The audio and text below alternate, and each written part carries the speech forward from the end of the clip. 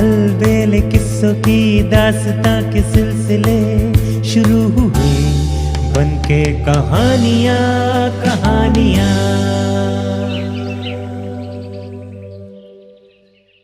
आइए सुनते हैं सिंहासन 32 में से 22वीं पुतली की कहानी।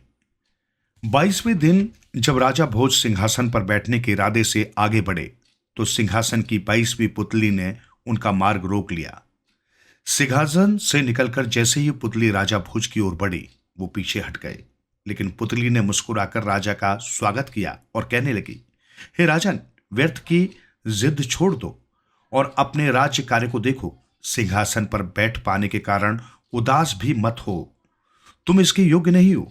मेरी कथा को सुनकर तुम समझ जाओगे कि इस सिंहासन पर विक्रमादित्य के अलावा और कोई नहीं बैठ सकता। राजा भोज के मन की लालसा अब लगभग समाप्त हो गई थी। उसने कहा, मैं अपने शयन कक्ष में पूरी रात विचार करने के पश्चात इस निर्णय पर पहुंचा हूं कि मैं और मेरा पराक्रम राजा विक्रमादित्य के मुकाबले शून्य है, लेकिन मुझे इस सिंहासन की कथा जानने की तीव्र इच्छा है। यह सिंहासन कैसे पृथ्वी के अंदर पाया गया? धैर्य धारण करो राजा भोज, सिंहासन की ये सभी बातें तुझे 32वीं पुतली बताएगी। तुम्हें उस समय तक प्रतीक्षा तो करनी ही होगी, इसलिए धीरज रखकर मेरी बात सुनो। पुतली ने कथा सुनानी प्रारंभ की। एक दिन राजा विक्रमादित्य ने पाताल लोक के राजा बलि की प्रशंसा सुनकर अपने मन में विचार किया कि एक दिन राजा बलि के दर्शन लाभ प्राप्त करना चाहिए। यह सोचकर उसने दोनों देवों का स्मरण किया। कहिए महाराज, हमारे लिए क्या हुक्म है? हम पाताल लोक के राजा बलि के दर्शनों के लिए उनके पास जाना चाहते हैं। क्या तुम हमें वहां ले जा सकते हो?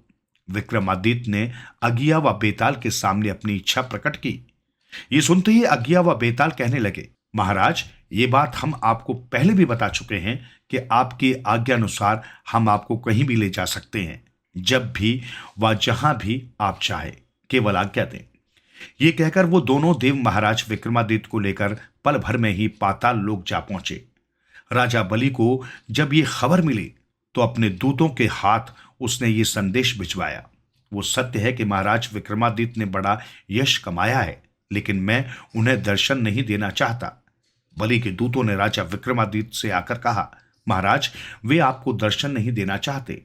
बलि के दूतों के मुख से राजा बलि की बात सुनकर महाराज विक्रमादित्य कहने लगे, धिक्कार है इस जीवन को, जो इतना यश कमाने के बाद भी राजा बलि के दर्शनों का लाभ न प्राप्त कर सकूं। ये कहकर विक्रमादित्य ने म्यान से तलवार खींचकर अपनी गर्दन पर एक ऐसा भरपूर वार किया कि एक ही बार में उनका सिर धड़ से जुदा हो गया। दूतों ने भागकर ये दुखद समाचार राजा बलि को सुनाते हुए कहा, वीर विक्रमादित्य ने आपके दर्शन प्राप्त न होने के कारण आत्मघात कर लिया है महाराज। राजा बलि इस घटना से बहुत प्रभावित हुए। उन्होंने अपने दूतों से कहा, ये अमृत ले जाओ और उन पर छिड़क कर उन्हें जीवित करके सम्मान पूर्वक हमारे पास ले आओ। उन्हें किसी भी प्रकार का कष्ट नहीं होना चाहिए। दूत तुरंत अमृत छिड़क कर महाराज विक्रमादित्य को जीवित करके ले आए। देव, मुझसे ऐसी क्या भूल हो गई थी कि आपने मुझे दर्शन देने से मना कर दिया था? राजा विक्रमादित्य ने विनम्रता पूर्वक पाताल लोक के राजा बलि से पूछा। मैं तुम्हारी परीक्षा लेना चाहता था और तुम परीक्षा में बिल्कुल खरे उतरे हो, राजा बलि ने कहा। आपके दर्शन पाकर मैं धन्य हुआ देव। महाराजा विक्रमादित्य ये कहकर वापस लौटने को हुए, तब बलि ने उन्हें एक लाल देते हुए कहा, मेरी ओर से ये छोटी सी भेंट स्वीकार करो, इससे जिस चीज की भी इच्छा करोगे ये पूरी कर देगा। महाराज विक्रमादित्य ने वो भेंट स्वीकार कर ली। वो वापस चल दिए। दोनों देवों से विक्रमादित्य ने कहा, चलो अब हमें भूलोक पर पहुंचा दो। दोनों देव तुरंत महाराज विक्रमादित्य को अपने कंधों पर बैठाकर उनके राज्य में ले आए। राज्य से कुछ दूर दोनों देवों को विदा करके विक्रमादित्य अपने राजमहल की ओर जा रहे थे कि उन्होंने नदी तट पर एक चिता जलती हुई देखी। चिता के पास खड़ी एक स्त्री विलाप करते हुए कह रही थी, हाय प्राणनाथ, तुम मेरा साथ छोड़ गए। घर पर जो कुछ था उसे बेचकर तुम्हारी चिता सजाई। अब तो कुछ भी ऐसा नहीं बचा जिसे बेचकर मैं आपका श्राद्ध भी कर सकूं।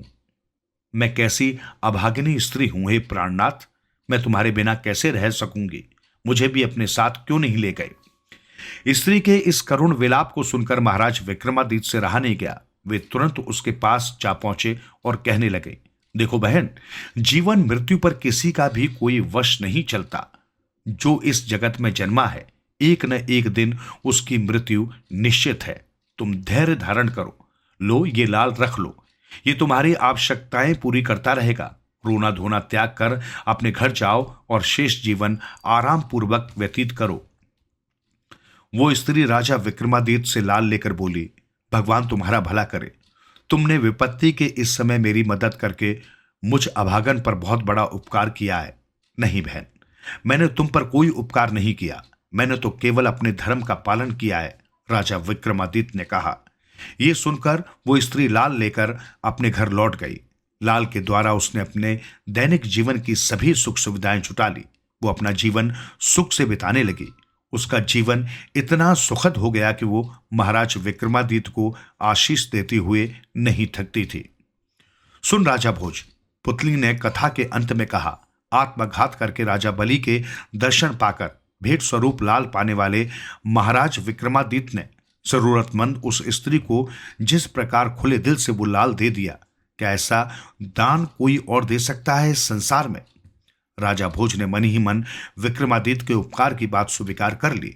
उस दिन भी वो सिंहासन पर नहीं बैठ सका और अपने शयन कक्ष में चला गया। सिंहासन के मोहपाश में बंधा राजा भोज जब 23वें दिन सिंहासन की ओर बढ़ा तो उसका मार्ग पुतली धर्मवती ने रोक लिया।